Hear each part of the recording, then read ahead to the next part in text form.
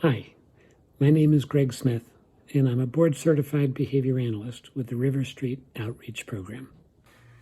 As a behavior analyst, I've spent tens of thousands of hours in classroom settings, observing and getting to know students with challenging behavior.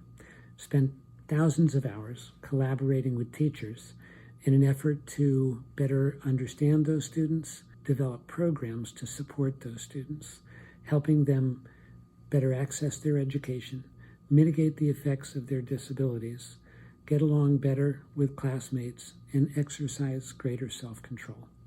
As our outreach team endeavors to create videos to be supportive and help parents and families in this difficult time, I'll be talking about relationship development and maintaining relationships, good relationships with your kids.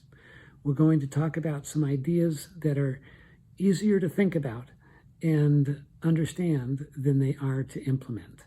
And like a cobbler whose kids had no shoes, that was also the case for me.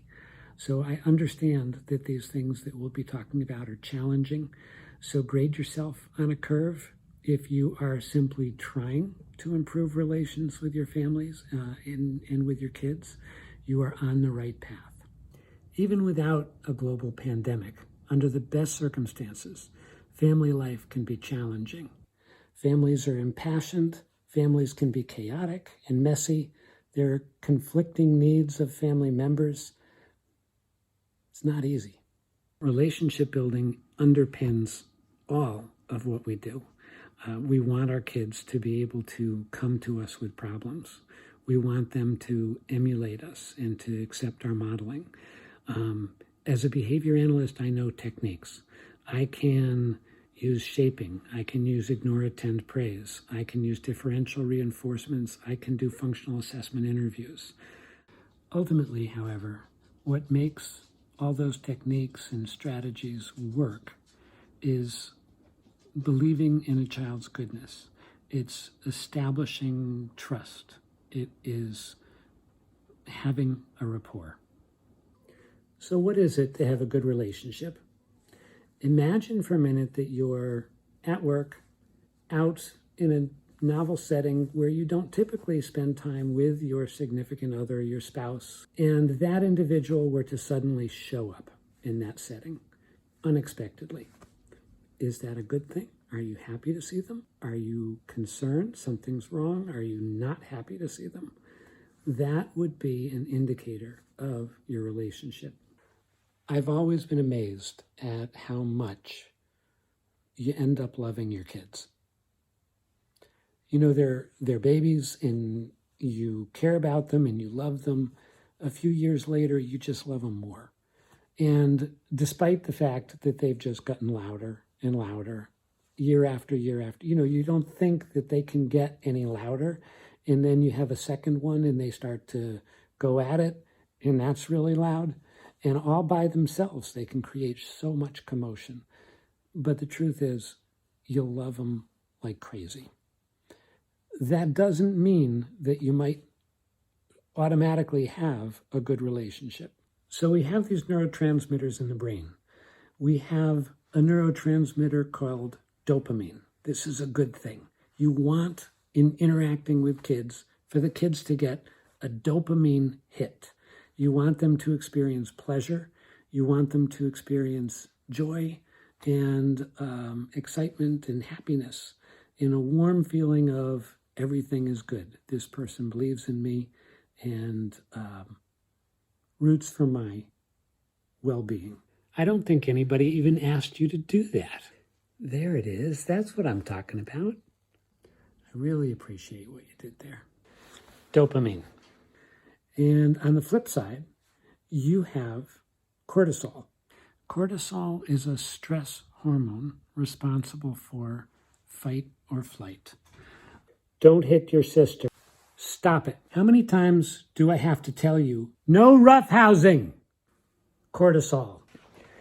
If interactions such as these have crept into your parenting style, if you find yourself using sarcasm, criticism, threatening kids, if you find yourself trying to win an argument, questioning, if you find yourself physically threatening or physically intervening with kids, then you're in a pattern of coercion.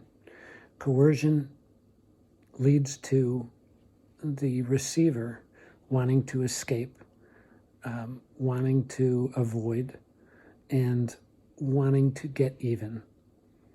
It can be a destructive path and lead to greater behavior problems. If parents activate stress hormones in their children too often, and the dopamine pleasure centers not often enough, you are going to have a problem. And in fact, there's a magic number. You want to be having dopamine reactions in your child's brain 5 times more than any single cortisol reaction. Research conducted in schools, group care, and teaching home situations with kids have found that kids are better behaved and report stronger relationships with adults who have maintained this magic ratio. In addition, there's research in management and in marriages that maintaining high ratios of positive interactions with supervisors and with spouses is better associated with achievement and with fewer and lower rates of divorce. We are truly at our best when we are enjoying, celebrating, catching our kids being good, being behaviorally specific about all the things they're doing right, and letting go, giving no energy to some of the things they're doing wrong.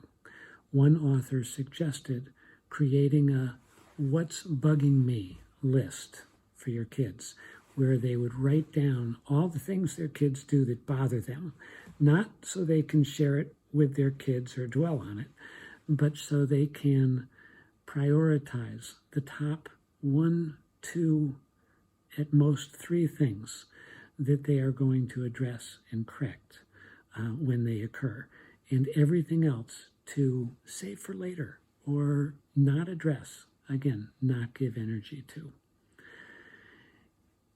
If you try to capture too much, you're going to miss the mark on that magic ratio. Thanks for listening.